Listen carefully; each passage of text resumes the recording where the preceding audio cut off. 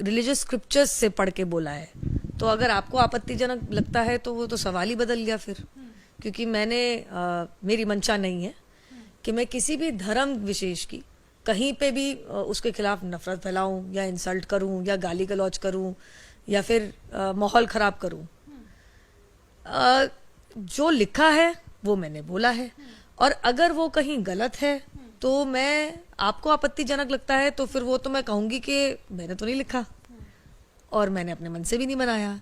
अगर मैं गलत हूं तो मैं इनवाइट करती हूं किसी सीनियर इस्लामिक क्लरिक को आए और बताएं कि मेरे तथ्य बेकार है, मेरे तथ्य ठीक नहीं है, तो मैं अपने बयान को वापस भी लूंगी। परंतु जिस स्क्रिप्चर में से मैंने पढ़ के बातें कही हैं और बखूबी वही कहा है, उसको तोड़ मरोड़ के पेश करने वाले, एक बात पूरी होने दीजिए, एक अपने आप को फैक्ट चेकर कहते हैं जिसको मैं फेक न्यूज स्प्रेडर कहती हूँ।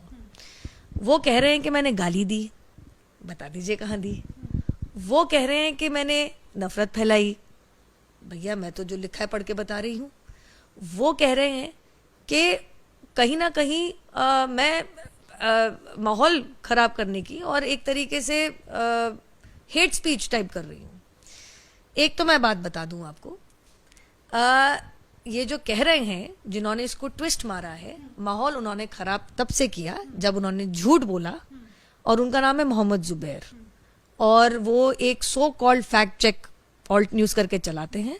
मैं उन्हें फेक न्यूज स्प्रेडर कहती हूँ कि जैसे मैंने उनसे पूछा कि आपने पूरी डिबेट क्यों नहीं अपलोड करी और आपने सिलेक्टिवली हेविली एडिट पोर्शन क्यों अपलोड किया, तो जवाब देने की जगह और फैक्ट चेक करने की जगह मुझसे कहते हैं कि जिस अन्य चैनल पे गई थी उस पे धर्म संसद की वीडियो अपलोड कर लो। भाई साहब, आप बहुत बड़े फैक्ट चेकर बताते हैं अपने आप को, जैसे मैं कहती हूँ फेक न्यूज स्प्रेडर। ना तो मैं किसी मीडिया चैनल में काम करती हूँ और धर्म संसद में ना तो मैं हिस्सा थी वहां पे, और ना मैं धर्म संसद का यहाँ सपोर्ट कर रही हूँ।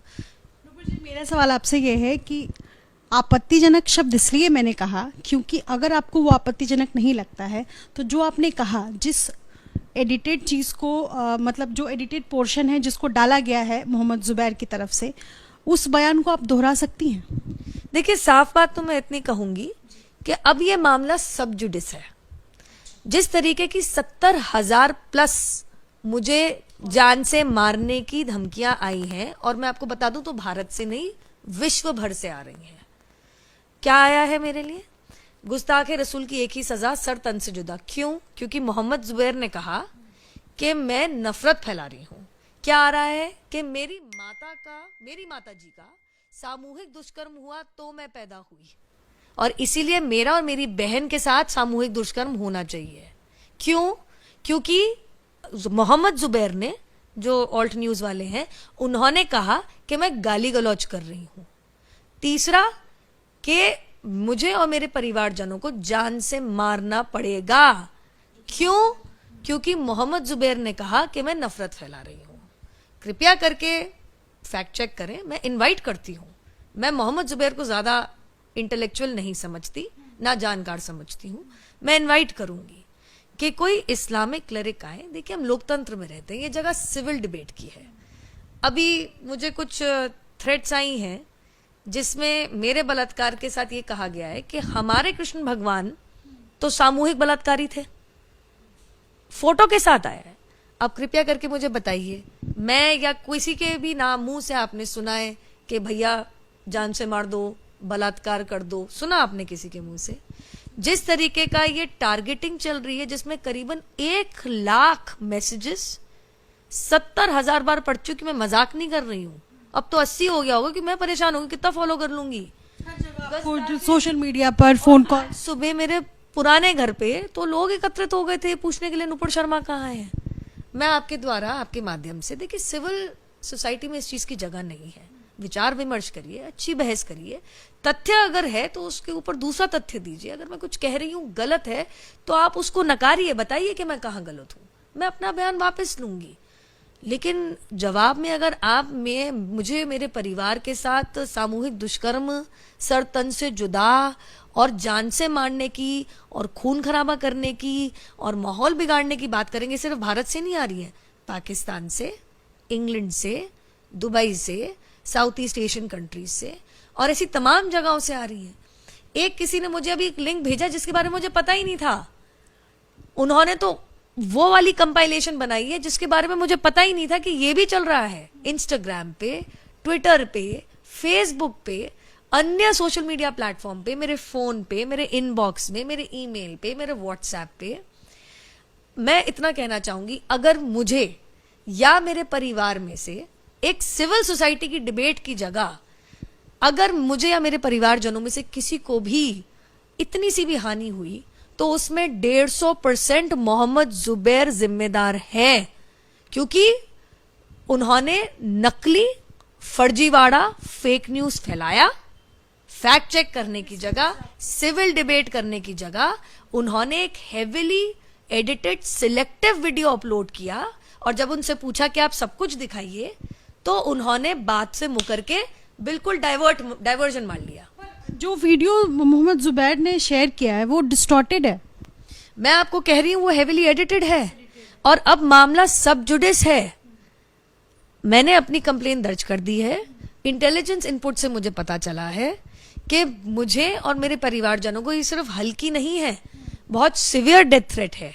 तो मैं पूछना चाहती हूं कि अगर किसी के स्क्रिप्चर से कुछ पढ़ना बोलना अगर मार काट की थ्रेट और धमकी इनवाइट करता है तो फिर आदरणीय सर्वोच्च न्यायालय ने जो कहा था कि हम एक फ्रीडम ऑफ स्पीच की कंट्री है and free speech and dissent is a safety valve of a democracy, तो क्या वो सही नहीं था? तो ये कौन लोग हैं जो आदरणीय सर्वोच्च न्यायालय की बात ना मान के इस तरीके की बदसूरत धमकियां मेरे और मेरे परिवारजनों के को भेज रही हैं? आपने जो पुलिस कंप्लेंट लिखाई है नूपुर, उसमें शिकायतकर्ता मोहम्मद जुबैर और सारी मतलब पुलिस को बाकायदा डिस्क्रिप्शंस दिया है, आपने सारी जानकारियां दी हैं और मेरे पास था। मतलब इसके साथ साथ एक और सवाल है, क्या आप सुरक्षा की मांग भी कर रही हैं? जी बिल्कुल कर रही हूँ और पुलिस कह रही है, मैं नहीं, कि आपके खिलाफ मोहम्मद जुबैर ने जो मुहिम छेड़ दी है फेक न्यूज स्प्रेड करके, ये कंट्रोल में नहीं आ रही क्योंकि ये भारत से भी बाहर से आ रही है। तो कल को अगर मैं दोबारा तिबारा कहूंगी मेरे परिवारजनों को, और मेरा तो पब्लिक प्रोफाइल है, हल्की सी भी हानि पहुंची तो इसमें केवल और केवल 150% fake news spreader Mohammed Zubair जिम्मेदार हैं। साथ में मैं आपको कुछ सुनाना चाहूंगी। आशा रखती हूं कि मोहम्मद जुबैर इनके खिलाफ भी ऐसी मुहिम छेड़ेंगे तो फिर married as Aisha, may Allah be pleased with her, at the age of 6 and consummated the marriage at the age of 9. This sign says, there's a hadith in Bukhari that Prophet Muhammad, peace be upon him, married as Aisha, may Allah be pleased with her, at the age of 6 and consummated the marriage at the age of 9. This sign says, there's a hadith in Bukhari that Prophet Muhammad, peace be upon him, married as Aisha, may Allah be pleased with her, at the age of 6 and consummated the marriage at the age of 9. अब अगर मैं आशा करती हूं कि मोहम्मद जुबैर का अगला tweet होगा, मैंने तो खैर ऐसे कोट भी नहीं किया जैसे किए हैं, कि जाकिर नायक उनके धर्म के खिलाफ नफरत फैला रहे हैं, उनके धर्म को गाली दे रहे हैं और भावनाएं भड़काने की कोशिश कर रहे हैं। और उसके बाद मैं भी देखती हूं अगर 1 लाख से ऊपर सरतन से जुदा की मांग और सामूहिक बलात्कार की मांग आती है तो क्यों नहीं करते?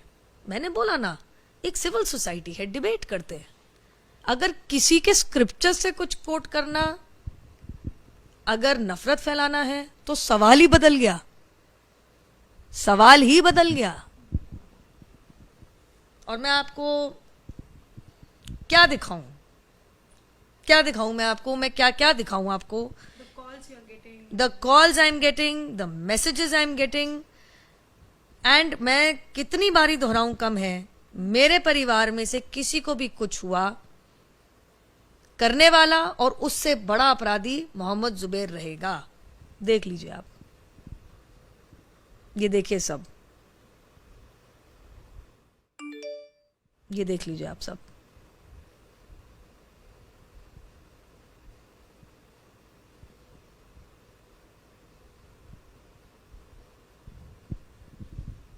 आपको फोकस करना है, अब देखिए।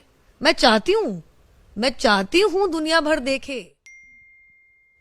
ये सभी एक ही समुदाय के लोगों की तरफ से आपको कॉल्स आ रहे हैं, मैसेजेस आ रहे इतना मुझे तो लोग बना के भेज रहे हैं, मुझे बता रहे हैं, इसको कंपाइल करके भेजा है हमारे एक समर्थक ने कि दीदी आपके खिलाफ बहुत सीरियस मामला चल रहा है। कौन कौन से शहर से, कौन कौन से वो लोग अपने आप, मेरे पास सच में इतना समय नहीं है अभी कि मैं 1 लाख पढ़ूं। मेरे को अगला 1 महीना लग जाएगा, मैं आपको बता नहीं सकती और बयान नहीं कर सकती कि मैं इकट्ठा ही नहीं कर पाऊंगी कहां कहां से किस किस तरीके की धमकी मुझे आई है। और आज तो सुबह जैसे मैंने आपको बताया, मेरे पुराने घर के अंदर लोग एकत्रित हो गए पूछने के लिए कि नुपुर शर्मा कहाँ है। ये बकायदा मैंने commissioner of police Delhi headquarter में मैंने करी है। नेचुरली जब पुलिस ही कह रही है कि आपकी जान को खतरा है,